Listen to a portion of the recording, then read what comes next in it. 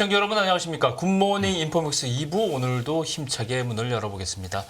세상의 모든 경제 이슈를 알려드리는 시간이죠. 경제 언박싱. 오늘도 미중산업연구소 조용찬 소장님 나와주셨습니다. 소장님 어서 오세요. 예, 안녕하십니까. 네, 제가 오랜만에 2부까지 이렇게 함께하니까 네. 네, 좋고 오랜만에 진행도 하고 또 소장님이랑 말씀도 나누니까 좋습니다. 네, 네. 좋습니다. 시작을 해보겠습니다.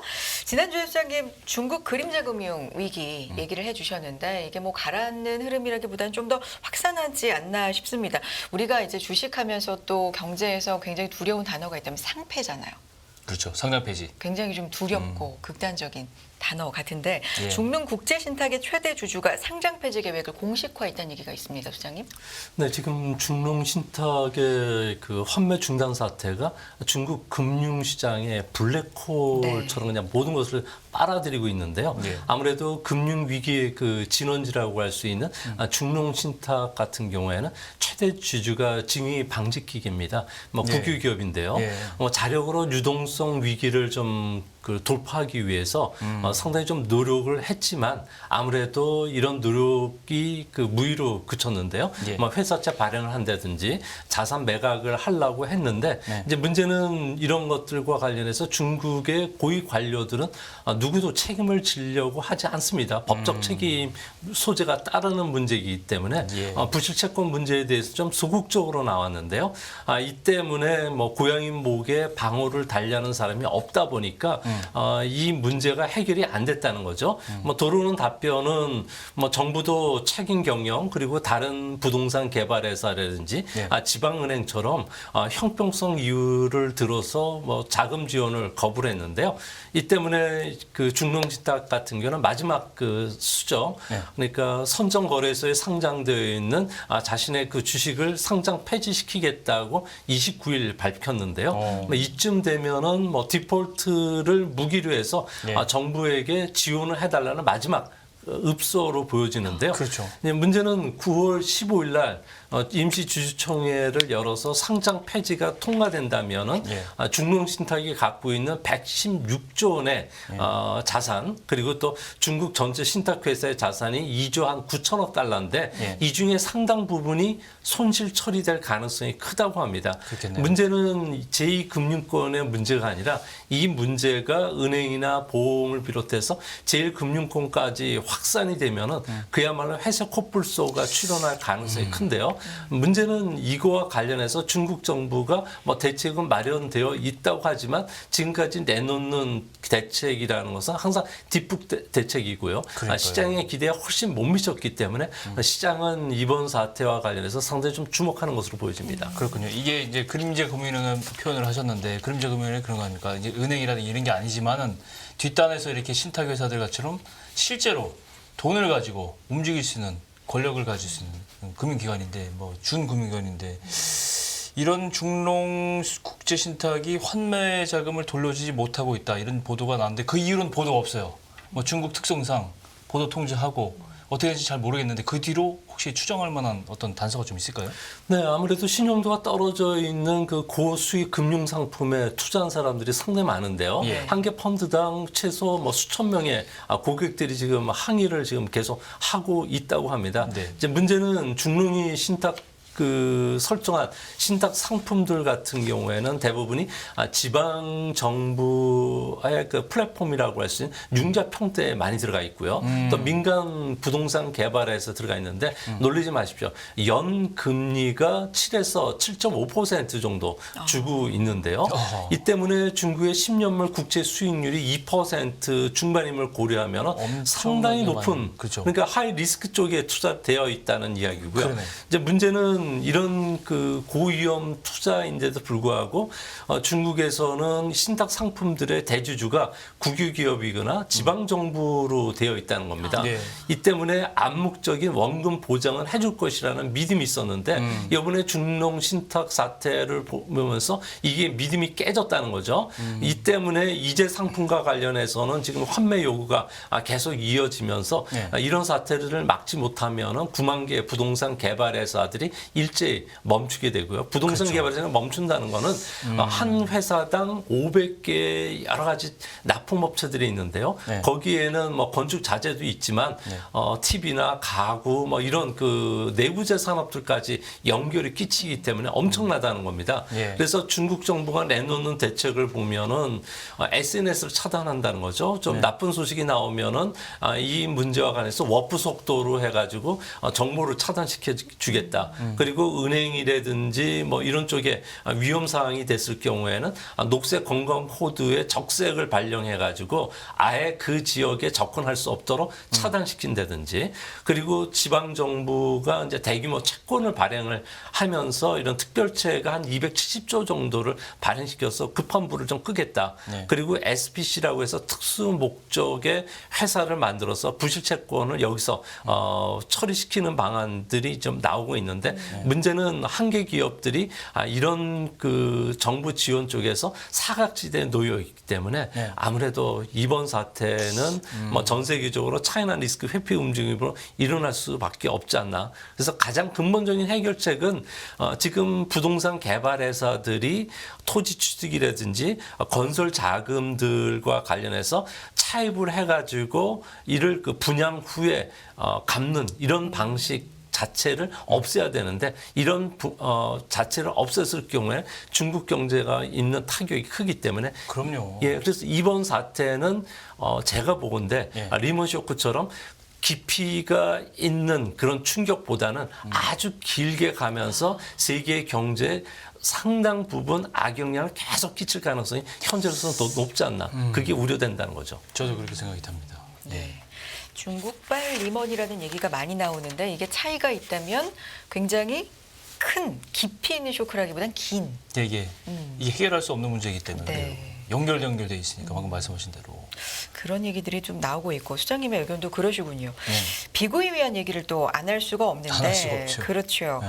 만기를 앞둔 채권의 유예를 신청했다고 하는데 이게 만기가 이제 9월이었는데 유예를 그럼 어느 정도나 신청을 한 건가요, 수장님? 근데 본인이 네. 그 이거와 관련된 채권단하고 협의 없이 일방적인 통보를 했는데요. 다음 주 월요일 날이죠. 4일 날 네. 7천억 원대 회사채 만기를 이제 시작이 되는데, 네. 이렇게 되면 9월에만 1조 1,200억 원의 원금과 이자가 있고요. 네. 달러 이자만 5,800만 달러 정도를 상환해야 되는데 이 문제도 지금 걸려 있다는 겁니다.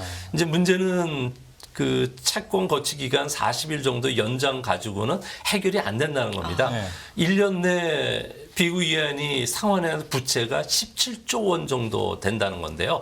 만약에 이 자금이 그 연장이 되지 않았을 경우에는 지방 도시에 그 건설하고 있는 프로젝트가 네. 헝따 같은 경우는 1,300건 정도가 되는데 예. 이거는 4배 정도 많다는 겁니다. 중국 전역에 있는 네. 도시들이 전부 타격을 받을 수가 있기 때문에 그렇군요. 뭐 중국 경제에 엄청난 타격을 미치게 되는데요. 네. 이제 문제는 가장 먼저 월요일부터 만기가 들어오는 회사채부터 만기 연장이라든지 달러 회사채에 대한 이자와 관련된 유예를 좀 해줘야 되는데 뭐 이 문제와 관련해서 채권단하고 이제 본격적인 줄다리 얘기를 하겠다는 거죠.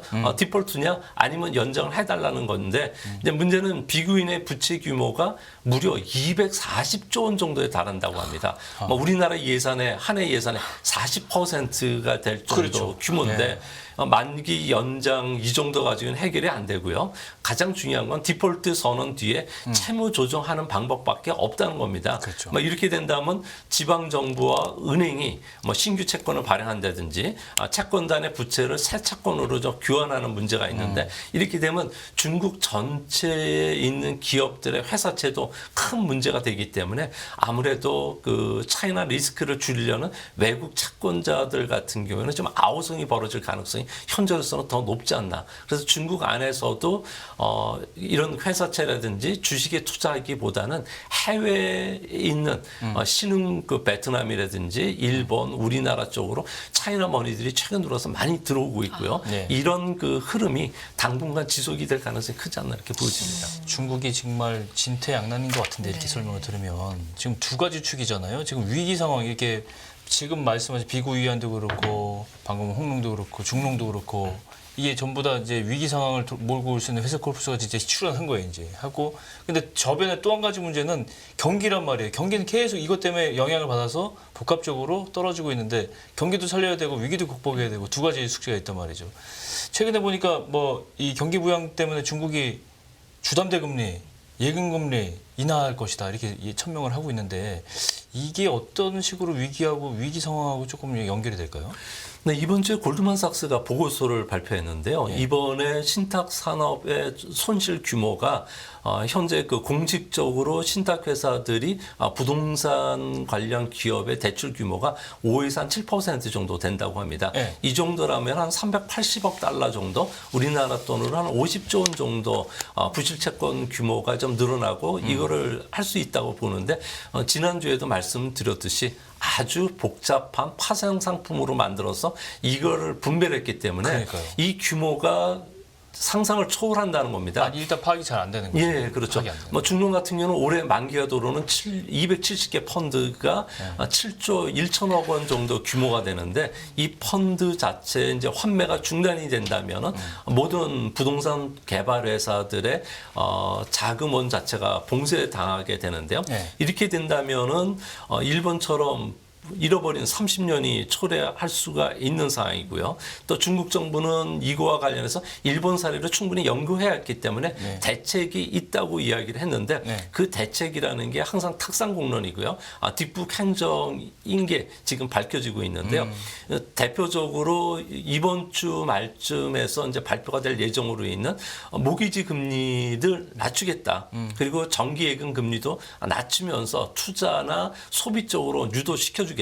그러니까 정기예금 금리는 0.1에서 0.25% 정도 낮추겠다고 하는데 이렇게 된다면은 국영 기업들이 갖고 있는 기존의 주택담보대출과 관련된 잔액이 한 7천조 원 정도가 되니까 많은 도움이 될 것으로 보여지고요. 되겠죠. 또 평균 모기지 대출 금리가 1주택자에 한해서는 4.15 정도가 됐기 때문에 네. 예전에 뭐 중국 같은 경우에는 한 2, 3년에 한 번씩 집값이 2배씩 뛰었기 때문에 4.15를 받으면은 상당히 도움이 됐는데 지금 같은 경우에는 한 달 사이에 5에서 10%씩 떨어지니까 이것도 좀 부담이 된다는 거죠. 그래서 그렇죠. 수급 안정에는 도움이 되지는 않을 것으로 보여지고요.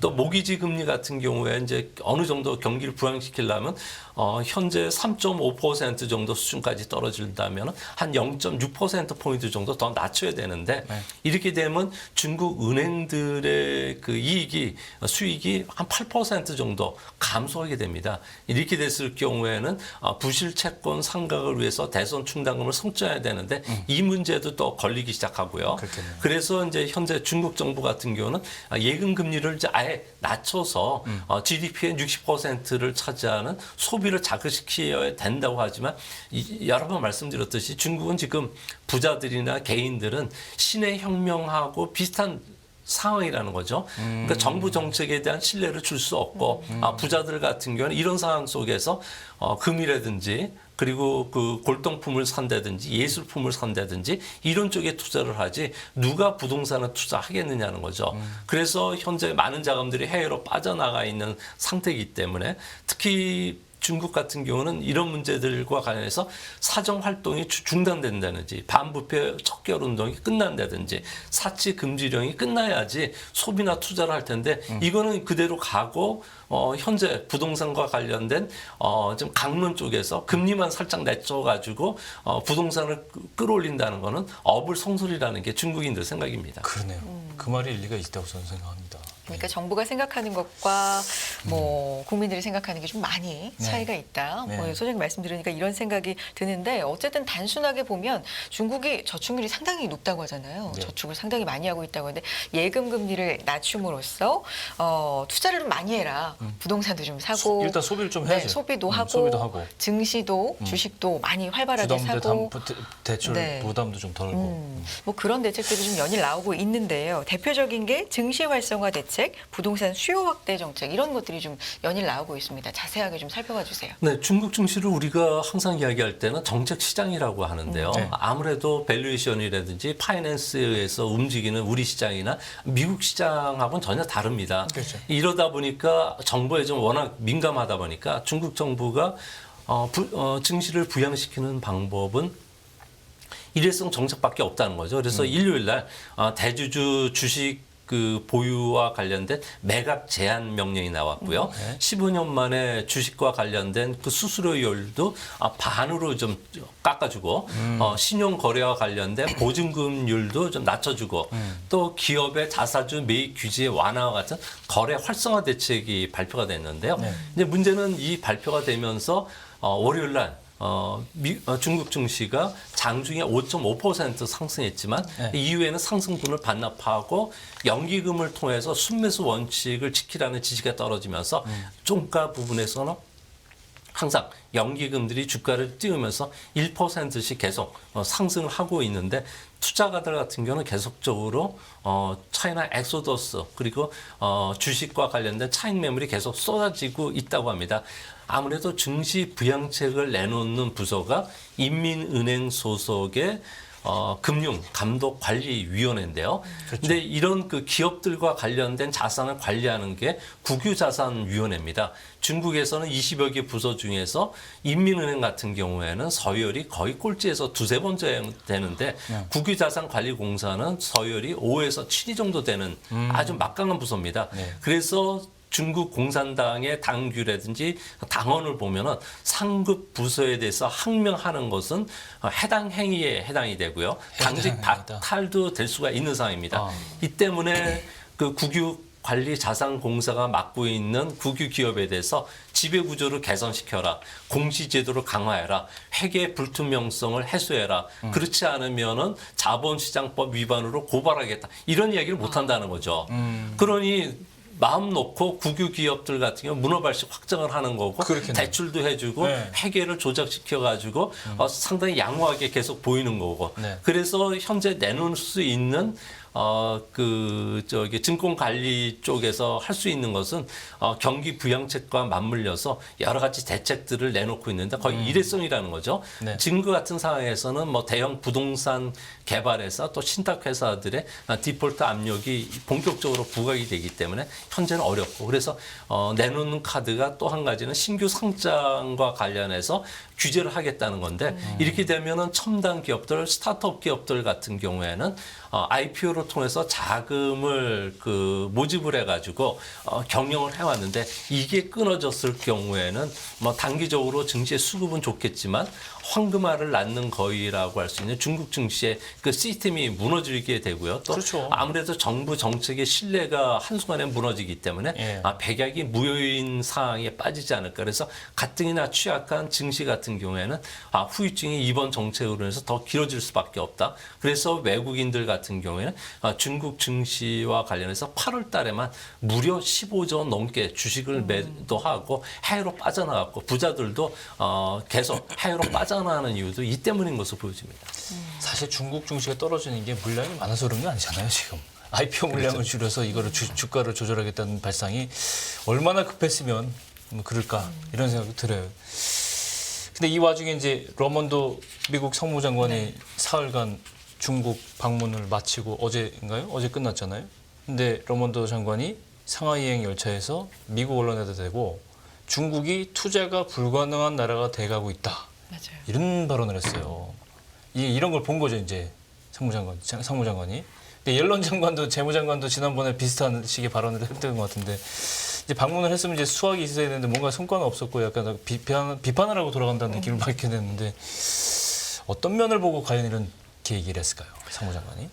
보통 그 상무장관이 공식적인 초청을 받아가지고 중국에서 투자 불가라는 이야기를 꺼냈다는 것은 외교적으로 상당한 큰 압박 행위가 될 수가 있고요. 그렇죠. 이러기 때문에 금기어가 되는데 문제는 논어에 그런 이야기가 있습니다. 무신분립. 그러니까 위정자와 국민들 간에는 서로 믿음이 있어야 된다고 하는데 아무래도 중국에 투자한 외국 기업들 또 중국 기업들 같은 경우에는 애널리스트에 대한 비판 금지령 또 언론 통제가 계속이 되고 있는 상태고 그리고 인텔이나 마이크론, 보잉과 같은 미국 기업들 같은 경우에도 현재 구체적으로 문제를 지금 제기하고 있는 상태이기 때문에 상무장관도 이거와 관련해서 중국 정부의 이야기를 안 할 수가 없는데 그렇죠. 아무래도 미국 기업들이 이야기하는 것은 중국의 미국 기업에 대한 그 지적 재산권을 존중해주지 않는 비즈니스 관행이 있다는 거죠. 시장을 줄 테니까 너는 기술을 내놓으라는 거죠, 강제적으로.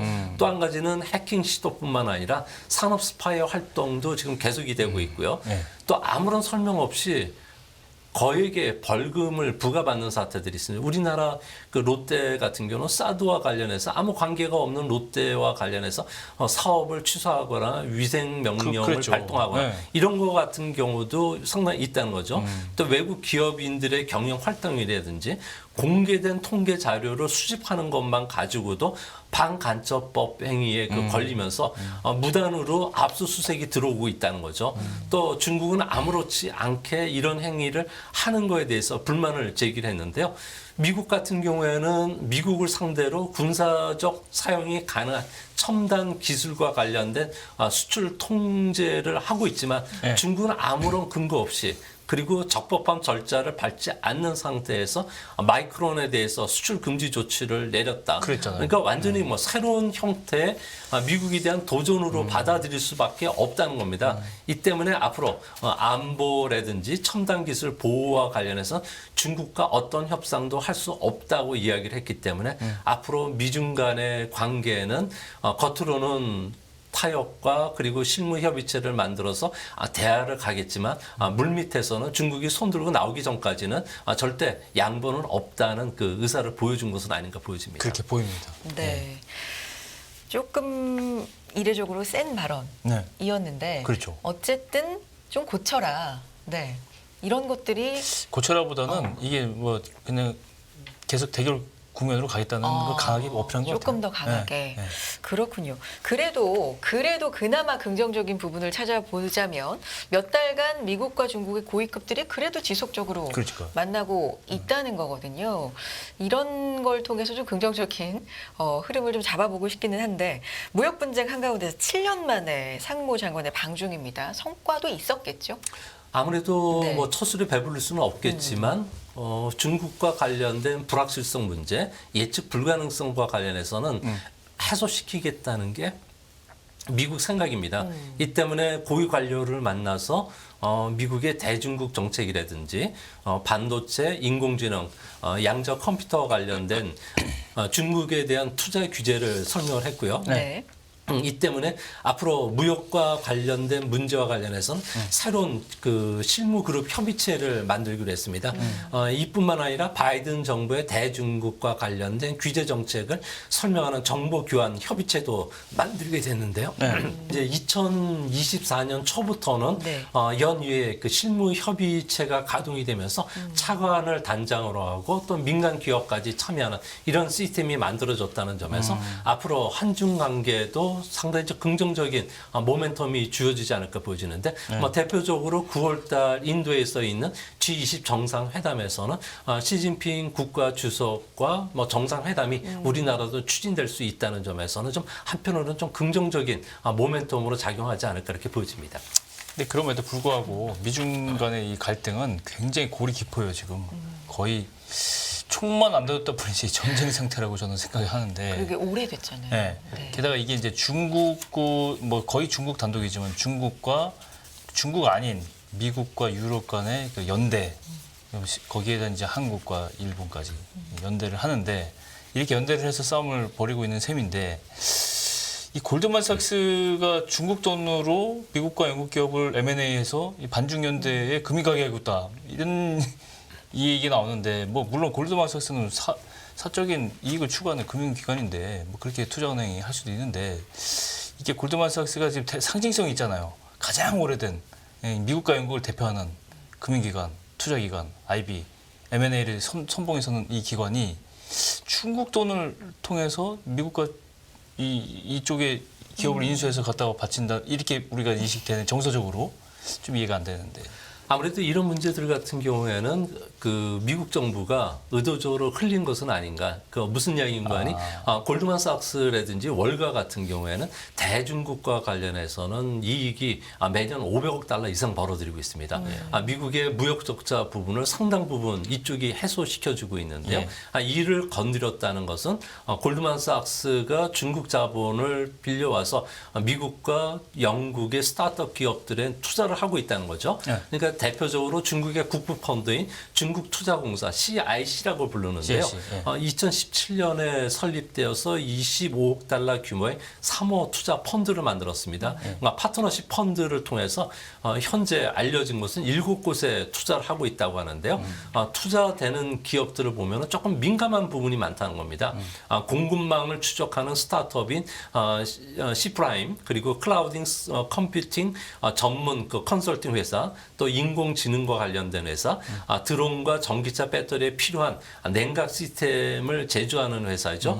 보이드 코퍼레이션 그리고 약물 테스트 회사인 파락셀 등에 그 투자를 하고 있는데 보통 골드만삭스 같은 경우에는 이런 쪽에 투자하면은 이 받는 기업이라든지 그리고 국가 입장에서는 골드만삭스나 미국으로부터 투자를 받았다 그러지 그 안에 있는 자본을 출자했던 중국으로부터 받았다는 것을 표현을 안 하는데 그러니까 소위 말해서 중국은 우회 투자를 하는 거죠. 그렇죠. 중국 같은 경우에는 트럼프 대통령 이후에 보면은 첨단 기술 접근과 관련된 규제가 강화됐는데요. 이 때문에 이런 우회적으로 M&A를 한다든지 또는 지분 투자를 한다든지 사모펀드를 통해서 첨단 기술 회사들의 지분 확보에 많이 나서고 있습니다. 대표적으로 이런 방식을 통해서 중국이 성장해 왔던 것을 보면은 호주의 싱크탱크인 전략 그 정책 연구소 ASPI라고 하는 것이 있는데요. 여기에 조사한 바에 따르면 국방이라든지 우주, 생명공학, AI, 양자 기술과 관련된 신흥, 첨단 기술 44개 분야를 조사했더니 이 중에 37개 분야가 중국이 북미, 미국이나 유럽보다도 앞서 있는 기술을 갖고 있었다는 겁니다. 특히 미국이 갖고 있는 우세한 분야라는 게 손에 꼽을 정도인데요. 고성능 컴퓨터 라든지 양자 컴퓨터 그리고 위성 소형 위성 부분들 백신 쪽에서는 미국 기업이 좀 앞서 있지만 나머지 부분에서는 중국에 밀려서 2위라는 겁니다. 아무래도 논문이라든지 이거와 관련된 투자 규모나 R&D와 관련된 연구나 이런 걸 가지고 계산을 했고 실질적으로 기술력 가지고 평가하기가 좀 애매했기 때문에 그러긴 하는데 현재 중국 같은 경우에는 미국이 주도하고 있는 중국 기업의 공급망 배제 전략이라든지 전략 기술에 대한 배제 전략을 우회적으로 이런 기법을 통해서 하고 있다는 아무래도 그 미국이라든지 유럽 쪽에 경고를 한 것은 아닌가 이렇게 보여지고요. 이제 앞으로 직접적인 투자뿐만 아니라 이런 쪽과 관련된 투자도 앞으로 규제할 테니까 알아서 기라는 뜻의 이야기를 간접적으로 전달한 것은 아닌가 이렇게 생각이 됩니다. 그렇군요. 이게 아이러니예요. 네. 이게 사실은 월가의 그 투자은행들은 그 이윤의 극대화를 추구해야 되고 사실은 이제 이 세계화 오랫동안 세계화를 하면서 자본의 세계화 이건 어느 돈에 이름이 찍혀 있지 않다.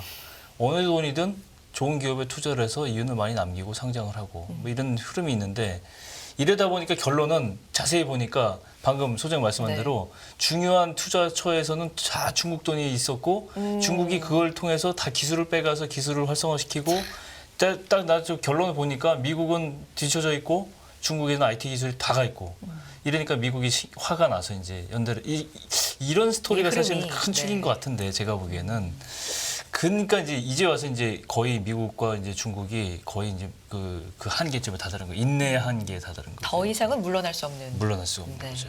근데 중국이 계속 조금 이런 얘기 헛발질을 하고 있어요. 정책적으로 미국하고 대결하는데 이 1라운드라고 치면 헛발질하고 있어요. 대표적인 게 이제 부동산 정책, 증시 부양책 이런 거. 좀 아까 우리 증시 부양책도 마찬가지고 부동산 부양책도 제가 보기에는 실패 같은데 어떻게 보세요?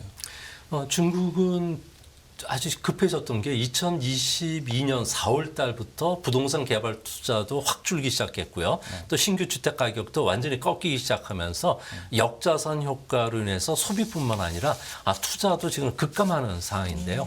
이 때문에 중국 정부가 이대로 놔뒀다면은 아무래도 부동산 개발 회사가 무너지는 게 문제가 아니라 금융 시스템 전반이 좀 무너질 수가 있고 또한 그 중국의 모든 일자리 문제, 사회적 불안 문제가 작용이 될 수가 있기 때문에 현재 계속적인 부양책을 내놓는데요. 2주 전만 하더라도 기존 주택을 보유하는 두세 채를 갖고 있어도 이것을 팔았을 경우에는 새로 이제 신규 주택을 샀을 경우에는 첫 주택처럼 모든 우대 조치를 해주겠다고 했고요.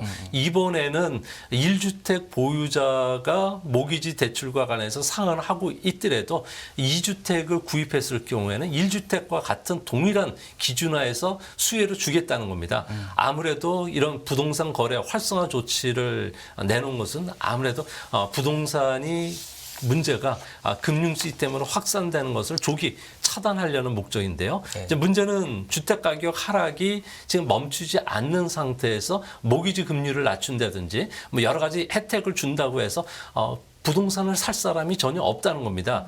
뭐 현재 중국 같은 경우는 부동산이 예정대로 집행이 돼서 입주율을 보면 35%밖에 안 된다는 겁니다. 이런 상태에서 만약 투자를 했을 경우에 언제 입주할지도 모르는 상태고요. 또 수급 구조상 현재 분양주택을 받아가지고 집값이 올라가기 위해서는 아무래도 계속적인 신규 그 부동산 시장에 참여하는 젊은 층들이 있어야 되는데 젊은 층들이 계속 줄어들 수밖에 없다. 그러면은 결국은 앞으로 기다리면 더 싸게 살 수 있는 기회가 있을 건데 지금 서둘러서 살 필요가 없다는 게 중국인들 생각인가 봅니다. 그래서 현재 미분양 주택이 중국에서는 보수적으로 보는 사람들 같은 건 4천만 채, 조금 그 좀 나쁘게 보는 사람들 같은 경우는 1억 3천만 채 정도 되고요. 또 여기에다가 앞으로 중국이 건설하는 신도시 사업에서 쏟아져 나올 그 주택을 감안한다면은 현재 그 중국의 부동산 가격이 쉽게 그 반등하기 쉽지 않느냐. 그러니까 회색 코뿔소 출현이 우려가 되는 상황이고 일본과 같이 잃어버린 30년이 도래할 수 있는 상황인데 서두를 사람이 전혀 없다. 이게 인민은행이 조사하는 신규 주택과 관련된 뭐 구매 의사를 묻는 질문에서도 70% 가까이가 주택 사고 싶지 않다는 대답을 했고 이런 것들이 이대로 나타나는 것은 아니냐 그렇게 보여집니다. 중국 같은 경우에 부동산 개발 회사들 같은 경우에는 달리는 자전거가 넘어지지 않기 위해서 계속 페달을 밟을 수밖에 없는 상황인데요. 생존을 위해서 타인 자본을 계속 빌려다가 계속 투자를 할 수밖에 없고 대마불사이기 때문에 중국 정부가 이를 부도를 낼 수가 없는 상황이라는 겁니다. 이 때문에 뭐 부동산 불패 신화는 깨졌지만 부동산 버블이 쉽게 꺼지지 않고 좀비 기업은 계속 또 살아갈 수밖에 없는 상황이기 때문에 그렇죠. 이런 그 현상이 계속되는 한 상당히 좀 그 중국의 부동산과 관련된 경기가 회복되기 쉽지 않고 또한 그 시진핑 국가주석 같은 경우에는 1인 집권 체제가 완성이 됐기 때문에 만약에 외부적 충격에 의해서는 빨리 대응을 할 수 있지만 이런 그 체면과 관련된 문제 또 국유 기업을 우선한다든지 뭐 국진 민태라든지 공동 부유와 관련된 정책은 그 독재자라고 해서 자기 체면과 관련돼 있기 때문에 쉽게 꺾기는 어렵다는 거죠. 그래서 현재 이런 그 부동산 시장의 구조적 문제는 조금 전에도 말씀드렸듯이 깊이 있게 그 리먼 쇼크처럼 한 방에 해결되는 문제가 아니라 아주 길게 가면서 뭐 세계 경제뿐만 아니라 중국과 관련된 밀접한 경제 구조를 갖고 있는 독일이나 그리고 아시안 국가들 중에 일부 국가들 같은 경우 또 호주 같은 경우에도 상당 부분 큰 타격을 받지 않을 수밖에 없지 않나 이렇게 보여집니다. 그렇군요. 젊은 층이 뭐 취업도 어렵다고 중국 정말 청년 실업 실업률이, 굉장히 문제고 네. 부동산 문제고 증시 뭐 중국 증시에 요새 얘기하는 사람 없잖아요. 그죠? 일부에서 중국 증시 분석한 적이 좀 오래되지 않았을까요? 뭐 잠깐 언급은 나오는데 네. 깊이 있는 분석은 뭐 좀, 이슈가 네. 없으니까. 참 이게 중국이 일본처럼 잃어버린 30년 간다. 이거는 굉장히 여러 가지 시사점이 있는 것 같은데 참. 그러니까요. 오늘 정리를 좀 해보겠습니다. 네. 네, 부동산발 경기 침체를 그러면 막을 수 있는지 이 부분을 그냥 짧게 정리를 해주신다면 좀 불가능하다고 보시는 겁니까? 지금 생각으로 좀 부정적이다. 중국이 변해야죠. 근데 변화를 안 하려고 하는 게 문제고요. 네. 또 미국과의 전쟁을 치르면서 내부적인 개혁을 한다. 이거는 중국 시스템상 거의 불가능합니다. 그러니까 중국과 관련돼서 저도 좀 긍정적으로 보는 사람 중에 하나인데 이런 정치적인 시스템 문제가 해결되지 않는 한 경제 시스템은 항상 하부에 놓여 있고 중국의 시진핑 주석 같은 경우에도 이런 집권 체제 하에 있는 상황에서 국민들이 원하는 인기 영합을 할 수 있는 조금 전에 말씀드린 청년 실업 문제를 좀 낮춘다든지 부동산 문제와 관련해서 잡는다든지 그게 중요한 게 아니라 현재 중국의 공산당 시스템 체제를 공고히 하는 게 자신의 그 가장 큰 목적이기 때문에 경제 문제는 항상 2순위에서 처리할 수밖에 없다. 그런 측면에서 지금 현재 중국 경제와 관련해서는 서서히 지금 몰락해 가는 중이 아니겠는가 그렇게 생각이 듭니다. 다시 생각해보니 중국은 자유자본주의가 아니었어요. 그렇잖아요. 네, 무늬만 무늬만 그렇죠. 그랬지. 우리가 한참 잊어먹고 있었던 것 같아요. 그런데 이런 일련의 상황들을 보면서 네. 다시금 좀 느끼게 되는. 맞습니다. 네, 자 이렇게 해서 한 주간의 중국 이슈 살펴봤고요. 조용찬 소장님 여기서 인사 나누겠습니다. 고맙습니다. 고맙습니다. 예, 깊이가 다른 경제 뉴스 연합뉴스 경제TV 경제 언박싱 오늘 여기서 마무리하겠습니다. 네, 오늘은 여기서 인사드리겠고요. 내일도 제가 진행을 하니까 네. 잘 부탁드리겠습니다. 네, 지금까지 김경원. 홍산이었습니다. 고맙습니다. 끝없는 위기 속 기회는 언제나 숨어 있습니다. 성공한 투자 고수들과 나눈 투자의 철학. 다가올 기회를 잡아내는 부의 만찬으로 여러분을 초대합니다. 푸짐하게 한 상 차려놓았습니다.